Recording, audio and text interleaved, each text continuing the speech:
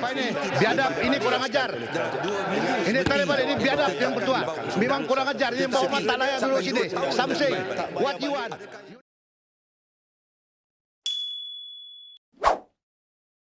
Persefahaman yang tercapai antara ketua-ketua parti di bawah Kerajaan Perpaduan hari ini merupakan isyarat jelas agar pentadbiran menumpukan perhatian untuk memajukan negara, mementingkan tata kelola yang baik serta memacu pertumbuhan ekonomi. Perdana Menteri Datuk Seri Anwar Ibrahim berkata, kesemua hasrat itu tidak akan mampu dicapai tanpa kerjasama dan sokongan kesemua rakan pimpinan parti baik dari Semenanjung, Sabah mahupun Sarawak. Anwar berkata, beliau terharu dengan bentuk sokongan dan komitmen yang diberikan kesemua ketua-ketua parti terlibat dan ia membolehkan kerajaan menghadapi apa jua permasalahan di Parlimen dengan satu suara iaitu suara Kerajaan Perpaduan Malaysia. Kita tekankan soal tata kelola kerana isu ini besar dalam negara kita untuk kita kembali ke dasar membersihkan jentera kerajaan elak apa-apa ketelanjuran seperti yang telah berlaku dahulu. Kita akui beberapa kenyataan ini dan kita mahu maju. Tetapi pusat pemerhatian kita ialah penjanaan pertumbuhan ekonomi yang harus jadi perhatian kepada bukan saja di Semenanjung tapi bersama Sabah dan Sarawak, katanya ketika menerangkan dasar permuafakatan tersebut.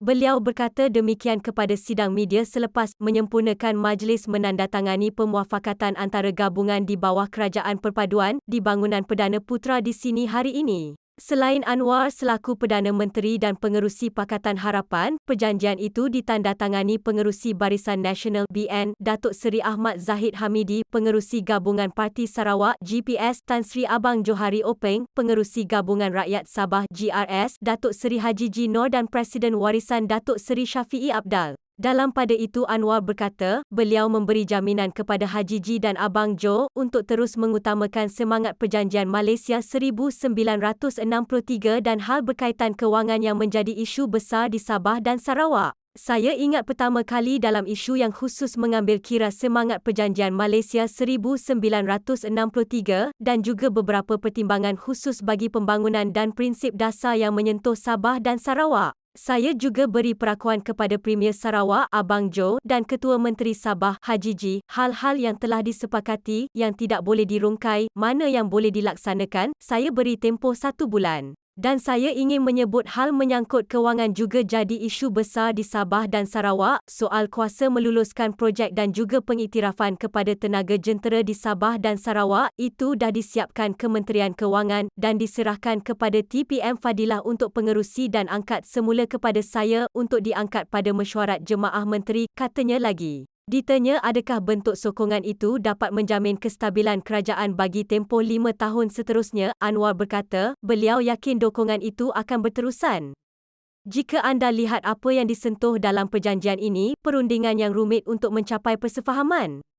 Jadi komitmen masing-masing ialah untuk menyokong kerajaan yang stabil dan diharapkan sehingga tamat tempoh Parlimen. Sekurang-kurangnya saya sudah bertemu dengan kesemua pemimpin parti dan saya amat berpuas hati.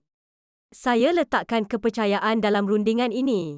Dan kami semua bersetuju berdasarkan parameter dan polisi yang luas untuk memastikan kerajaan stabil, katanya lagi. Anwar berkata, mereka semua sedia maklum tiada satu pun gabungan parti yang dapat membentuk kerajaan sendiri, maka kerajaan hari ini tertubuh atas nasihat Yang di-Pertuan Agong dan Raja-Raja Melayu. Jadi ia memang sesuatu yang masuk akal.